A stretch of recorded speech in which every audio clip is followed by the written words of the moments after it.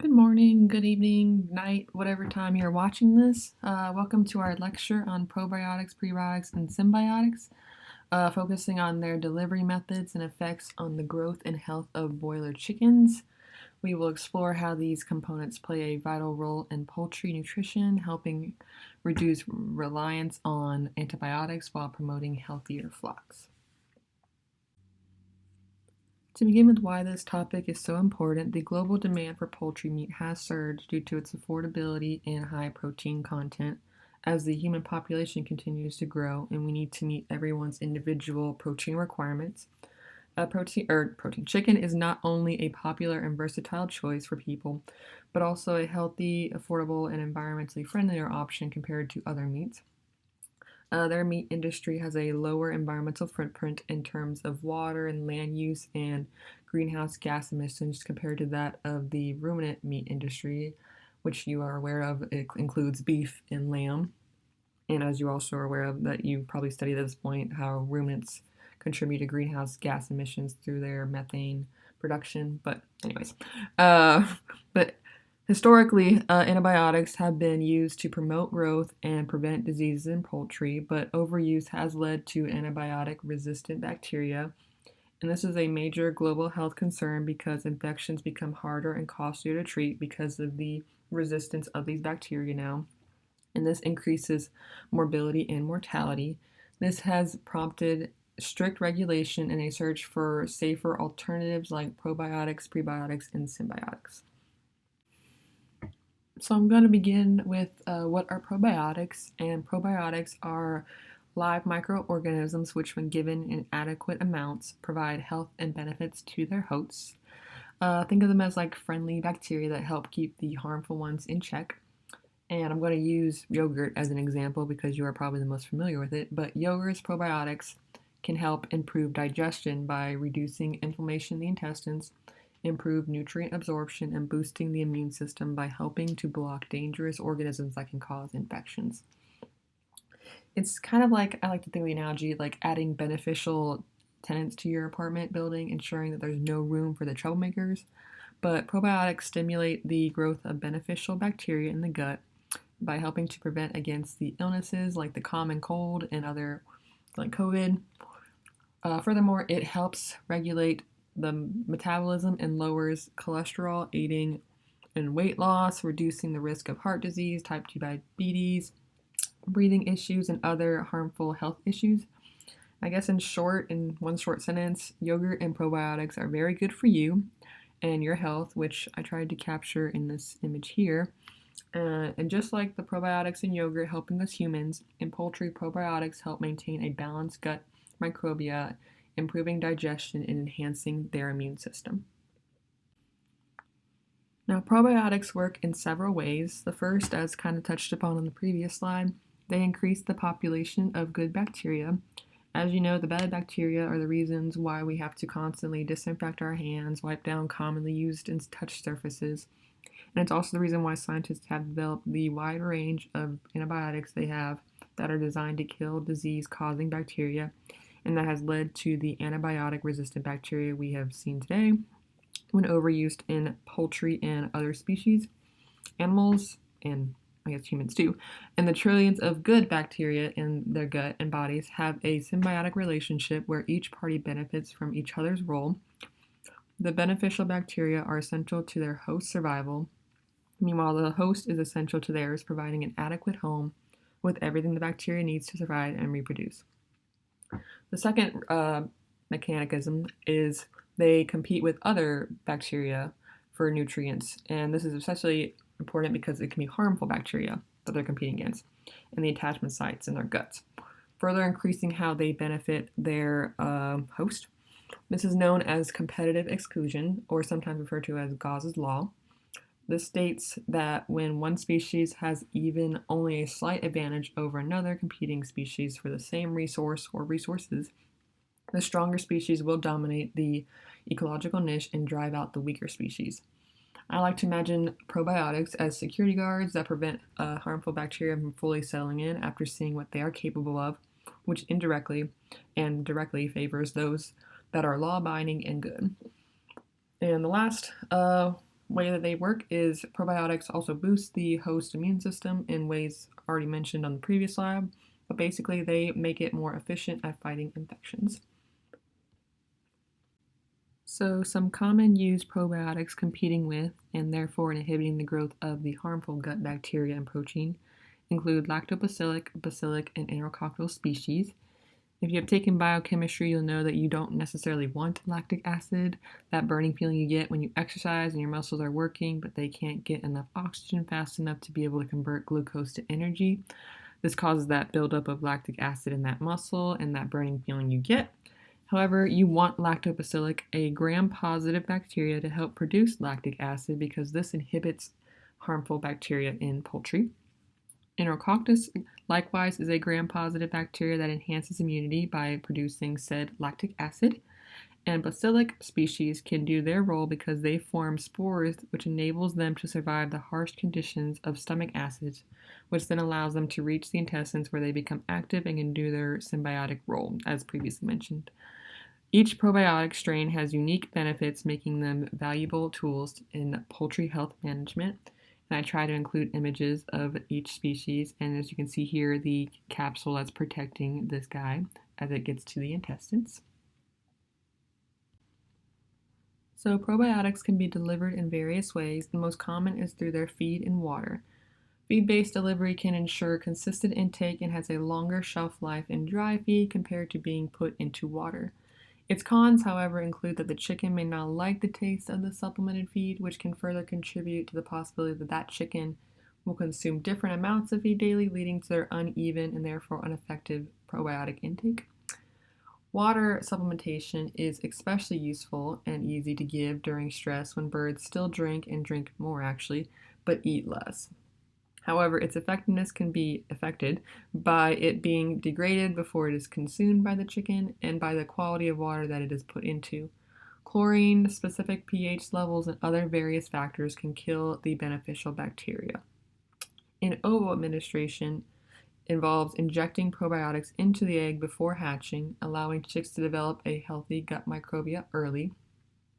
This ensures each chicken has been given the probiotic. However, its cost, the specialized equipment, and trained personnel needed to administer it in the right manner that reduces the always potential risk of harming the embryo may make this method unfavorable. Each method has its pros and cons, and there are a lot more methods, but its flock size, staff, quality, and various other farm conditions is the major deciding factors on how each individual chicken farm delivers probiotics to their chickens. So switching gears a little to prebiotics now. Prebiotics are like the fertilizers for probiotics. They act as the food for the bacteria in the gut, and this is what helps maintain a healthy and balanced gut microbiota. They're non-digestible fibers that nourish beneficial gut bacteria. And again, giving you an example, foods like garlic, onions, bananas, and apples naturally contain prebiotics. In poultry, prebiotics enhance gut health, and this indirectly supports digestion and immunity. Examples of these chicken prebiotics is inulin, not to be confused with insulin, FOS, which stands for fructooligosaccharides, and lacto-oligosaccharides, or GOS. And then once again, I tried to provide a picture of a good summary of what they do.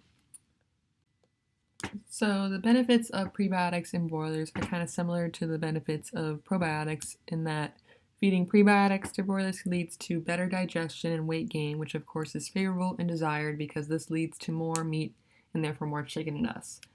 I read into a few studies that, including this one here, discuss how and show that prebiotics reduce harmful bacteria like Salmonella and E. coli, which decreases disease risk while improving feed efficiency in chickens. Now, prebiotics are mainly added to feed for the similar convenience and effectiveness reasons that probiotic in feed supplementation has. Researchers are exploring in ovo methods to give chicks an early advantage in gut health.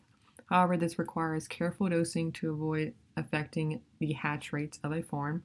And this image here does a pretty good job of summarizing this process.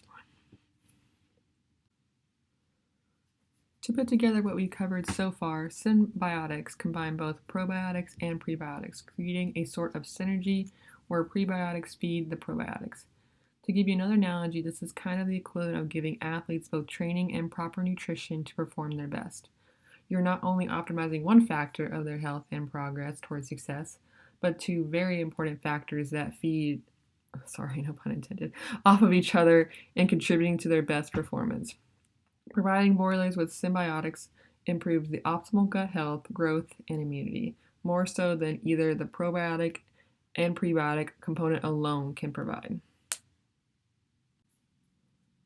Symbiotics are typically added to the feed but can also be administered in ovo.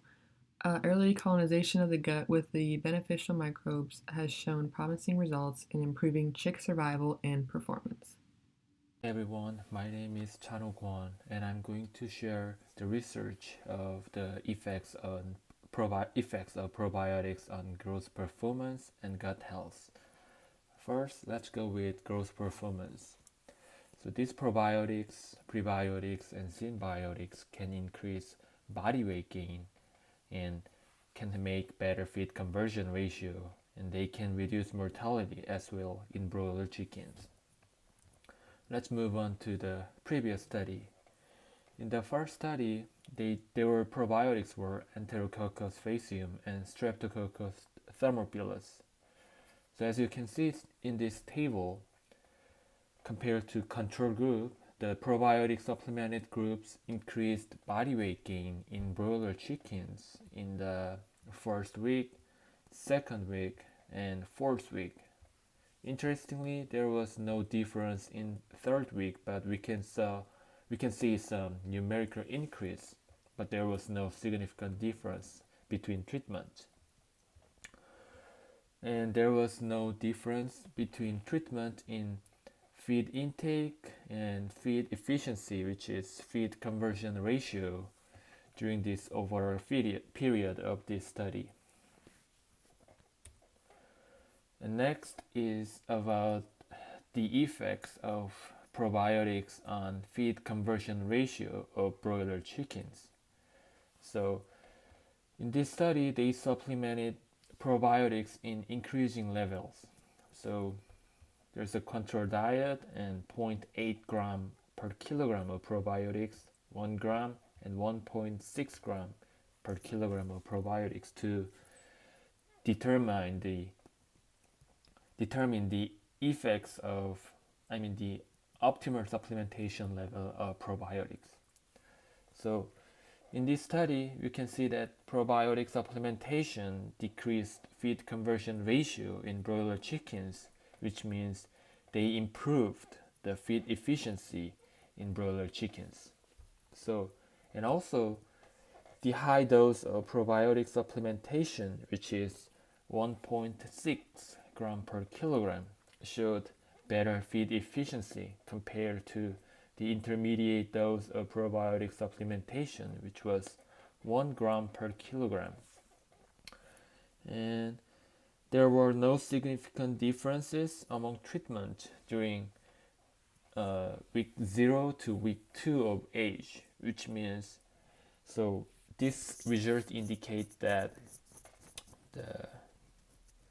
during the week 0 to week 2, their feed intake is lower than because they are small, so they don't eat that much, so they may not have enough probiotics intake. So as they grow, they eat more. So the more the probiotic intake, they have better feed efficiency effects in overall. So even though they don't have any positive effects on days week 0 to week 2, in the overall period, the probiotic supplementation improved feed efficiency compared to the control group. Next is the same study as I introduced in feed efficiency. So the high dose of probiotic supplementation, which is 1.6 gram per kilogram, decreased mortality during the overall period of broiler chickens. So as you can see in this table, during the overall period, control group had 6 mortality, but the other probiotic supplementation group, which is 1.6 and 1, had lower mortality, which means probiotic supplementation can improve survivability of broiler chickens. However, the mortality of broiler chickens in every treatment was high during week 6 compared to the other period, so further study may be needed to investigate the positive effects of probiotics on broiler chickens' mortality. Next, I'm going to introduce about the effects of probiotics, prebiotics, and synbiotics on gut health of broiler chickens. So, supplementation of probiotics can not improve, but they can modify gene expression of broiler chickens. So, there are some positive genes that they have positive effects on the broiler chickens' gut health. And also, these probiotics can directly affect gut development. So let's move on to before we move on to the previous study, I want you to know about these genes. So first, occludin. This gene is kind of protein that play a crucial role in maintaining the integrity of tight junction between epithelial and endothelial cells. And next one is Jonah occludin-1, which is ZO1. This is a key protein involved in the formation of maintenance of tight junctions between epithelial and endothelial cells. This gene has kind of similar effects like occludin. So next is junctional adhesion molecule. So this is the member of immunoglobulin superfamily that encodes a protein that helps cells adhere to each other. The next one is mucin. I think you may know what is this mucin is. So this mucin is kind of group of genes that provide instructions for making mucin proteins. So in the first study, which was conducted at 2021, they analyzed the gene expression including occludin, Jonah occludin, JAM, and mucin expression. So here I cited the treatment in this study. So basal diet is control. So they had no antibiotics or probiotics, and this orange one is antibiotic supplemented groups, and BPL is Bacillus pumilus at low dose, high dose, and Bacillus subtilis at low dose and high dose. So it is very clear to see this figure. So as you can see in this occludin expression, you can see this BPL and BSH and BSL group showed higher gene expression compared to other treatments at day 14. And also this BSH group showed the highest gene expression between other treatments at day 42, which means Bacillus subtilis supplementation at high dose can improve occludin expression. Not only in occludin, in Jonah occludin you can see that they have better gene expression. In JAM and mucin as well. So you can easily see that probiotic supplementation can improve gene expression, which is related to gut health in broiler chickens. And next, I want to introduce Bill's height to creep depth ratio. So Bill's height to creep depth ratio is a widely used histological parameter to assess intestinal morphology and gut health in animals. So as you know, intestine is the main organ that digestion and absorption happens. So you can see this Bill's picture, right? So this is the Bill's height and this is the creep depth. So the longer the villus means they have more surface area to absorb nutrients. So it is better for digestion and absorption. And this crypt is kind of tissue that makes recover villus. So the deeper the crypt means, the villus got more damaged. So the longer the villus, the shorter the crypt depth is good for broiler chickens digestion. So this analysis can be used as a gut health parameter. So as I mentioned here, crypt depth increases when cell turnover is increased. So higher ratio of villus height to crypt depth indicates that improved intestinal health and increased absorptive surface area and better nutrient absorption. So let's move on to the previous study. So as you can see in this table, there's some so this ISO 461 is isolate treatment with probiotic number 461, and this one number 697, 790, and 1286.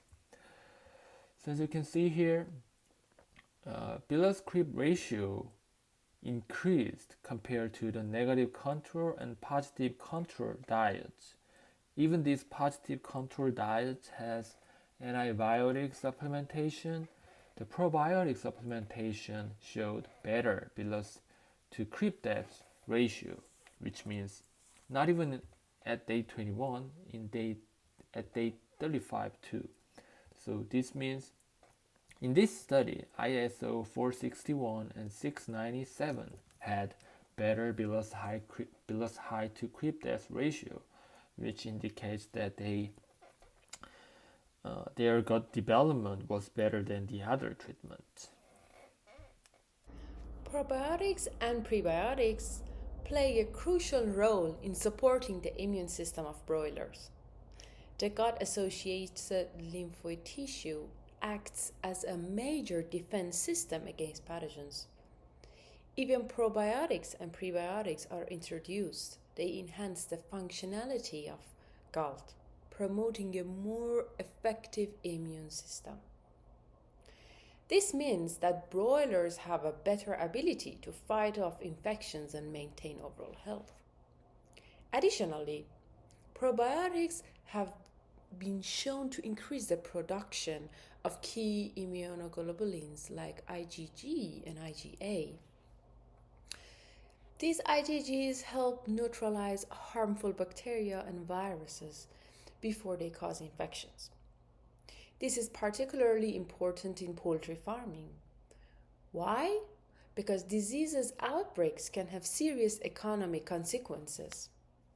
Moreover, probiotics and prebiotics stimulate the activity of natural killer cells and macrophages, which are essential immune cells responsible for identifying and destroying infected or abnormal cells. Finally, probiotics regulate inflammatory responses by modulating cytokine production, ensuring that the immune system doesn't overreact and cause excessive inflammation, which could be harmful to the bird. The immune enhancing effects of probiotics and prebiotics occur through multiple mechanisms. First, probiotics engage in competitive exclusion, meaning that they prevent the harmful bacteria from settling in the gut but occupying space and using up essential nutrients. This reduces the chances of pathogenic bacteria establishing themselves and causing diseases. Another way, probiotics strengthen immunities by stimulating dendritic cells and T cell responses.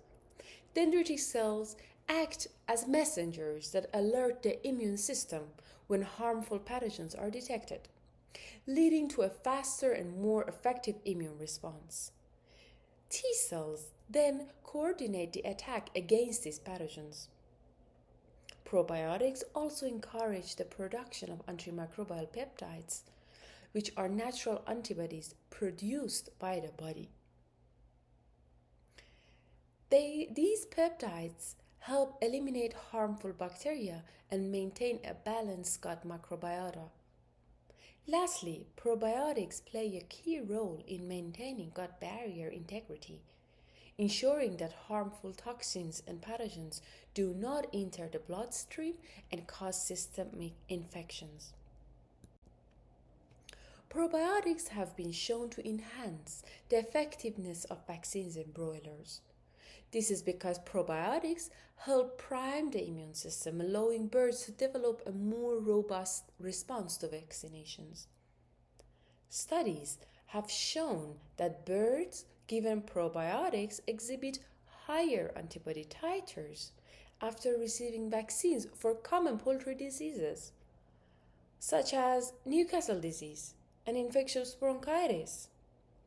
A higher antibody titer means the bird has developed a stronger immunity against the disease, making it less susceptible to infections.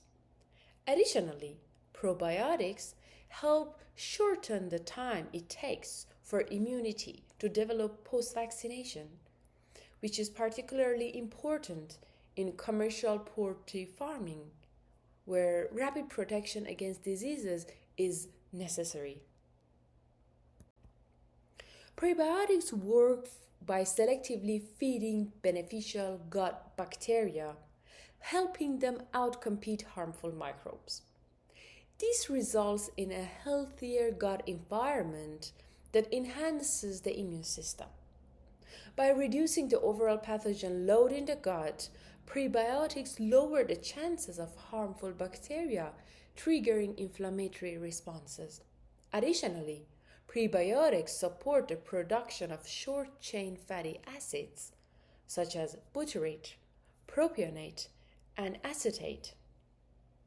These short-chain fatty acids have powerful anti-inflammatory effects, which help regulate the immune system and prevent excessive inflammation in the gut. Butyrate, in particular, has been shown to improve intestinal barrier function, ensuring that pathogens and toxins do not enter the bloodstream. Inflammation is a necessary immune response, but excessive inflammation can be harmful. Probiotics and prebiotics help by reducing pro-inflammatory cytokines like TNF-alpha, IL-6, which are associated with increased disease susceptibility. At the same time, probiotics and prebiotics promote the production of anti-inflammatory mediators like IL-10 and TGF-beta, which help maintain immune balance and prevent excessive inflammatory responses. Interestingly, recent studies suggest that gut health is connected to overall immune regulation through the gut-brain immune axis. This means that a well-balanced gut microbiome not only supports the immune health, but also affects the other body systems, including stress response and metabolism. Maintaining a healthy gut microbiota reduces the risk of common poultry diseases, such as necrotic enteritis and coccidiosis. Birds with a well-balanced gut microbiome are also more resistant to respiratory diseases, as gut health plays a crucial role in overall immune function. By reducing disease incidence, probiotics and prebiotics help minimize the need of antibiotics, which is a major goal in modern poultry farming. This supports antibiotic-free poultry production, meeting consumer demand for safer and healthier meat.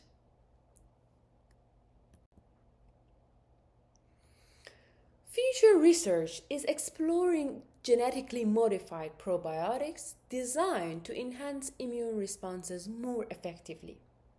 Scientists are also investigating new prebiotics compounds that could better stimulate the immune system. Another exciting area of research is development of species-specific probiotic formulations, ensuring that different poultry breeds receive optimal gut health support tailored to their own genetic makeup, which is very, very important.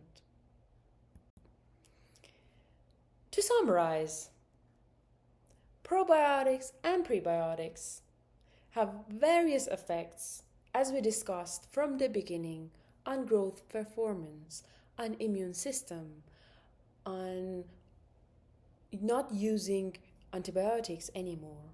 Probiotics and prebiotics significantly enhance the function of broilers by improving their gut health, by improving the vaccine responses, by increasing the resistance to infections.